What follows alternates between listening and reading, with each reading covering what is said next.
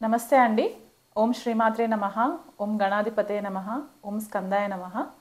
ఈరోజు మనము ఈ వీడియోలో రాబోయే శని మార్పు గురించి తెలుసుకునే ప్రయత్నం చేద్దాము. శని మనకి 2025 మార్చ్ 29వ తారీఖున కుంభరాశిలో నుంచి మీనరాశిలోకి సంచారం జరుగుతుంది. ఈ సంచారం యొక్క ప్రభావం మనకి ద్వాదశ రాశుల వాళ్ళకి ఎలా ఉండబోతుంది అనేది తెలుసుకునే ప్రయత్నం చేద్దాము. కానీ దానికంటే ముందు శని ప్రతి రాశిలో 2.5 సంవత్సరాల వరకు ప్రయాణం జరుగుతుందన్నమాట. చాలా స్లోగా మూవ్ చేస్తూ ఉంటారు ఈయన. సో మనకి మార్చ్ 29వ తారీఖు 2025 నుంచి ఫిబ్రవరి 2028వ తారీఖు వరకు కూడా మనకి శని మీనరాశిలో సంచారం జరిగి తర్వాత మనకి మేషరాశిలోకి సంచారం జరుగుతుంది. ఈ క్రమంలో మధ్యలో 3 సార్లు కూడా శని వక్రిగతిలోకి ట్రాన్సిట్ అయ్యే ఛాన్సెస్ ఉంటాయి అన్నమాట. అంటే రెట్రోగ్రెషన్ మోషన్ అని చెప్తూ ఉంటాం మనము. ఈ రెట్రోగ్రెషన్ మోషన్ మనకి ఈ 2025 నుంచి 2028 ఫిబ్రవరి వరకు మధ్యలో 3 టైమ్స్ జరుగుతుందన్నమాట. సో జూలై 2025 నుంచి నవంబర్ 2025 వరకు కూడా శని వక్రిలో ఉంటారు. మళ్ళీ జూలై 2026 నుంచి డిసెంబర్ 2026 వరకు కూడా శని వక్రిలో ఉంటారు. తర్వాత జూలై 2027 లేదా ఆగస్ట్ 2027 నుంచి డిసెంబర్ 2027 వరకు కూడా శని వక్రిలో ఉండి తర్వాత స్లోగా మూవ్ అయ్యి మళ్ళీ మీనరాశిలోకి సంచారం జరిగి అక్కడ ఫిబ్రవరి వరకు ఉండి ఫిబ్రవరి 2028 తర్వాత మేషరాశిలోకి సంచారం జరుగుతుంది.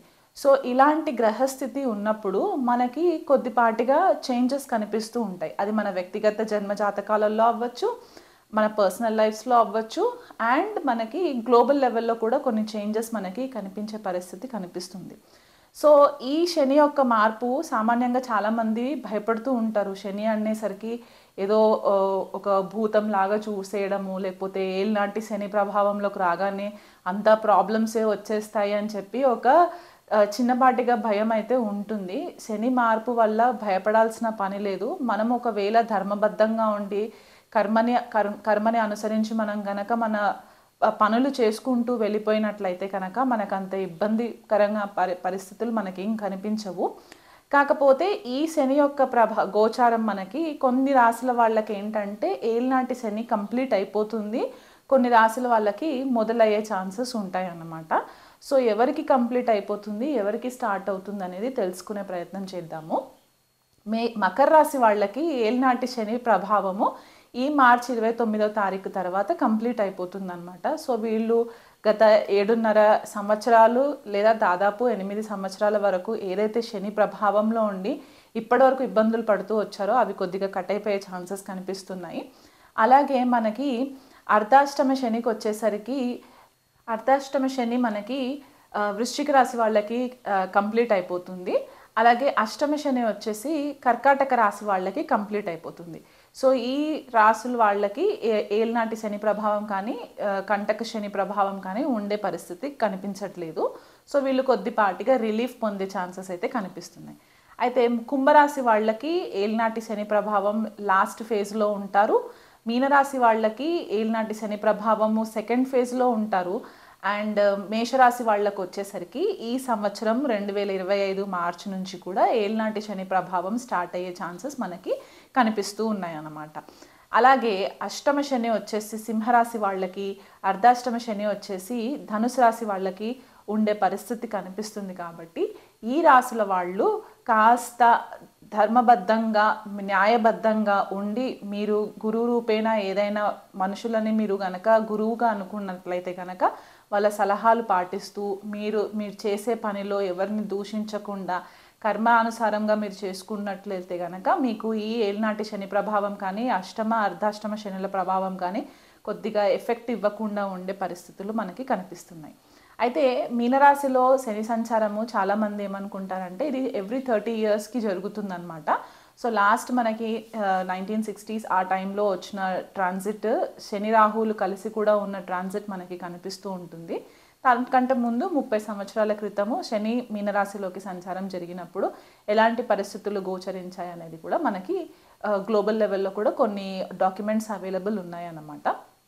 సో ఇలా చూసుకున్నట్లయితే మనకి శని రాహు యుతి 2025 మార్చ్ 29 నుంచి మే 2025 18వ తారీఖు వరకు కూడా శని రాహువుల యుతి మనకి మీనరాశిలో కనిపించే పరిస్థితి కనిపిస్తుంది. సో ఈ 51 రోజులు ద్వాదశ రాశులు అందరూ కూడా కాస్త జాగ్రత్తగా ఉన్నట్లయితే కనుక మీకు పెద్దగా ఇబ్బందులు పడే పరిస్థితులు ఉండవు.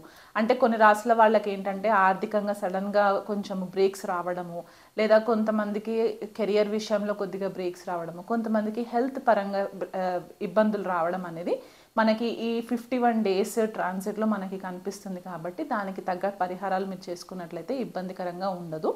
సో ఇక మీదట మనము చూసుకునేది ఏంటంటే ద్వాదశ రాశుల వాళ్ళకి ఎలా ఉండబోతుంది అనేది నేను వివరిస్తాను. కర్కాటక రాశి వాళ్ళకి శని యొక్క సంచారము ఎలా ఉండబోతుందో తెలుసుకుందామండి. కర్కాటక రాశి వాళ్ళకి అష్టమ శని కంప్లీట్ అయిపోయి ఇప్పుడు శని సంచారము భాగ్యస్థానంలోకి సంచారం జరగడం. అంటే ఇక్కడ సప్తమాధిపతి అష్టమాధిపతి శని భాగ్యస్థానంలో సంచారం అంటే భాగ్యోదయం అయినట్టు మనకి లెక్కలోకి వస్తుందన్నమాట.